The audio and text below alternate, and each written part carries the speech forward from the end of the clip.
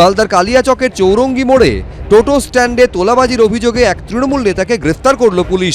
কোচবিহারের দিনহাটার পুটিমারি ১ নম্বর গ্রাম পঞ্চায়েতের উপপ্রধান ও তৃণমূল নেতার বিরুদ্ধে সরকারি আবাস যোজনায় ঘর প্রাপকদের থেকে কাটমানি নেওয়ার অভিযোগে বাড়ির সামনে বিক্ষোভ দেখান স্থানীয়রা।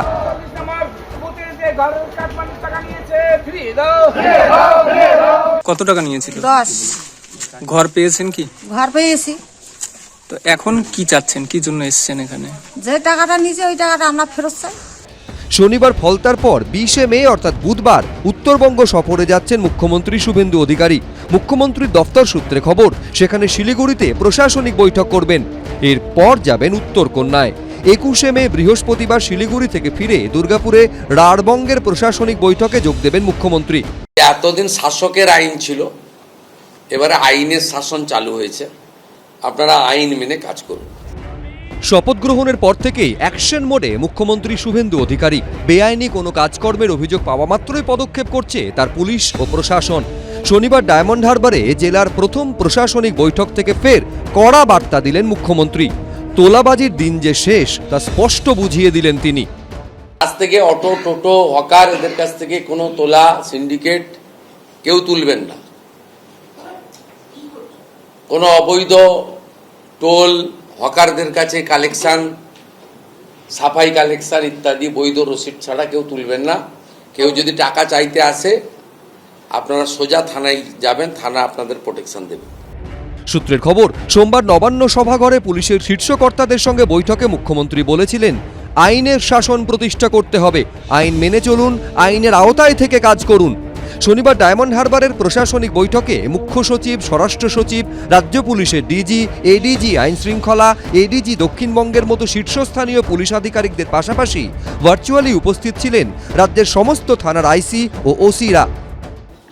বিএনএস এর অন্তর্গত পুলিশ চলবে, ইটস এ ডিসিপ্লিন অর্গানাইজেশন। গত 5 বছর পলিটিক্যাল অ্যাট্রোসিটি, পলিটিক্যালি যে ভায়োলেন্ট হয়েছেন, যারা সাফার করেছেন, তারা তথ্য প্রমাণ এবং কেউ যদি ইনজুরি হয়ে থাকেন, মেডিকেল থাকে, তার তথ্য প্রমাণ ডকুমেন্ট দিয়ে, আর যাদের কাছে তথ্য প্রমাণ নেই পুলিশ তদন্ত করে দেখবে অভিযোগ সঠিক কিনা। সরকারি প্রকল্পে সুবিধে নিতে যদি ঘুষ দিতে হয় সেক্ষেত্রেও কড়া ব্যবস্থা নেওয়ার হুঁশিয়ারি দিয়েছেন শুভেন্দু অধিকারী। কেন্দ্র এবং রাজ্য সরকারের কোনো স্কিম পেতে গিয়ে কাউকে পয়সা দিতে হয়েছে, কাটমানি দিতে হয়েছে, ঘুষ দিতে হয়েছে, সেক্ষেত্রে আমরা দুটো ইলেকট্রনিক্স ডকুমেন্টকে এনকারেজ করেছি। একটা হচ্ছে পেটিএম এ পেমেন্ট, আর একটা হচ্ছে অ্যাকাউন্ট ট্রান্সফার, আরটিজিএস, এনএফটিএস করে টাকা ট্রান্সফার।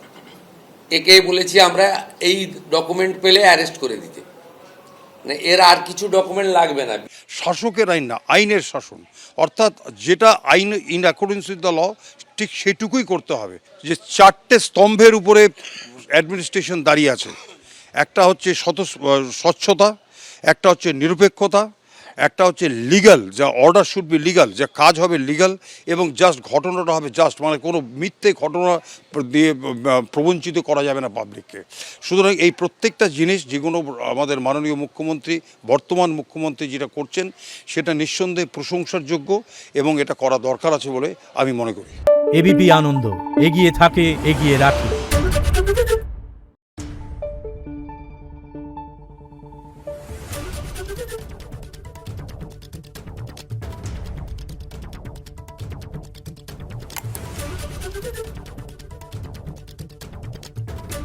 Thank you.